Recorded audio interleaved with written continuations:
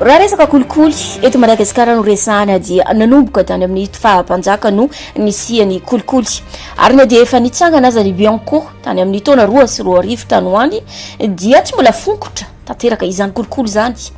Ny IPC na ny Corruption Perception Index na koa indice de perception de la corruption amin'ny teny malagasy fanondroam-pahalalana momba ny kolikoly izay noforonina tamin'ny taona 2019 fikambanana iray tsy miankina miompana tanteraka amin'ny ady amin'ny kolikoly. Ny sekretera ny fikambanana ity dia ao Berlin ao Allemagne no misy azy. Araka ny vokatra navoaka ny Transparency International tamin'ny taona 2012 dia nanambara ny CPI fa ny laharana misy any Madagasikara dia ao amin'ny laharana fa 420 amin'ny 100 ary ny laharana misy azy maneran-tany kosa indray dia ao amin'ny laharana fa 720 amin'ny 100 raha amin'ny firenena 20 amin'ny 100. Fanondralana bois de rose, fanodikodinana volam-panjakana, famotiana volam-bahoaka, fanararaotana orinasa, bola rajona vomaheno izany anarana izany sika dia matadidy avy hatrany ny filoha teo aloha Hery Rajonary Mampianina. Claudine Razay Mamonjy, Aspirenena Rasolo Mampionina, Edy Maminirina, asantsona ihany koa hoe Edy Bois de Rose.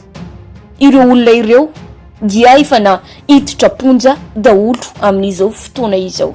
Vola mitantina 520 miliarda ariary io no tambiny nateraky ny mpandraharahara toekarena mbola rajona teo anelanela ny taona 2012 ka hatramin'ny taona 2012.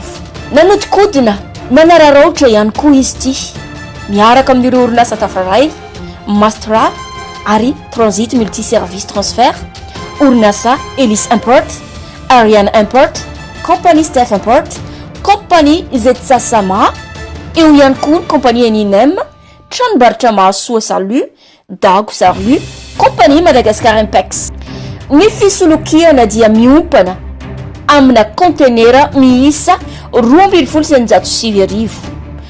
Tsara mariana ihany koa fa ny vokatra ny fanamariana dia nahitana fanamafisana ihany koa ny mikasika ny fanafarana entana avy any Malaisie, Pakistan, avy any Emirat Arabe na iarahana amin'ireo sinoa ireo ihany koa ary tsara ho tsindrina kely ihany koa fa dia voaroiroy miaraka ao anatin'izany afera maloto zany ny rainy ny rahalany mbola rajaona.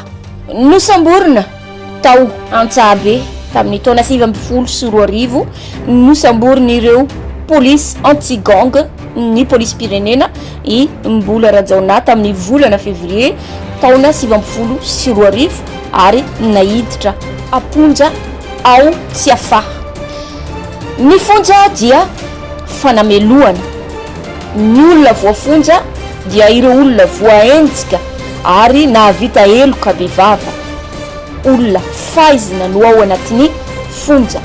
Raha mikasika ny bola rajona manokana dia tsy mitovy amin'ireo olona voafonja maro isan-karazana izy satria dia izy ny tompo tanàna.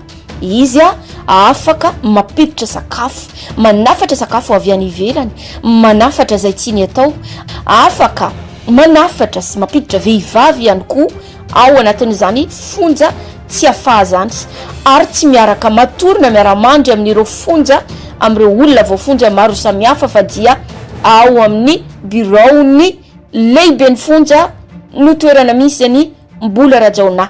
Nosafidina manokana ve ireto olona reto ho apiditra amponja sa ve tena noho ny kolikoly avolenta zay vitan'izy ireo satria raha mandinika isika eo Madagasikara dia mifakafantatra daholo ireo olona mpanao kolikoly rehetra nefa nahoana moa ireo mpanao kolikoly tany amin'ny taona 1972 tany amin'ny taona 2002 sy nisy nahiditra amponja.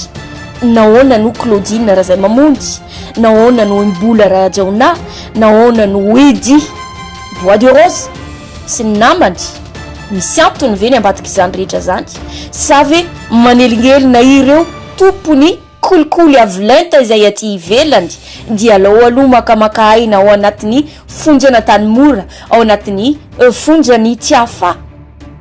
Hoaranao tsy ho ela eto amin'ny info éveil eto amin'ny kanto info mikasika izany kolikoly avy lenta mbola rajaona